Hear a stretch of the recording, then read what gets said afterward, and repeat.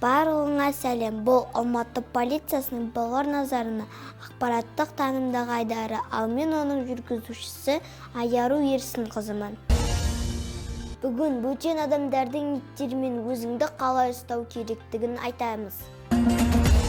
Ит мейірімді, көрінуі мүмкін, бірақ егер ол бөтен біреудің иті болса, оған қолыңды тигізбе.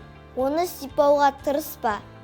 Оның жанында жүгірме, және оны мазақ етпе.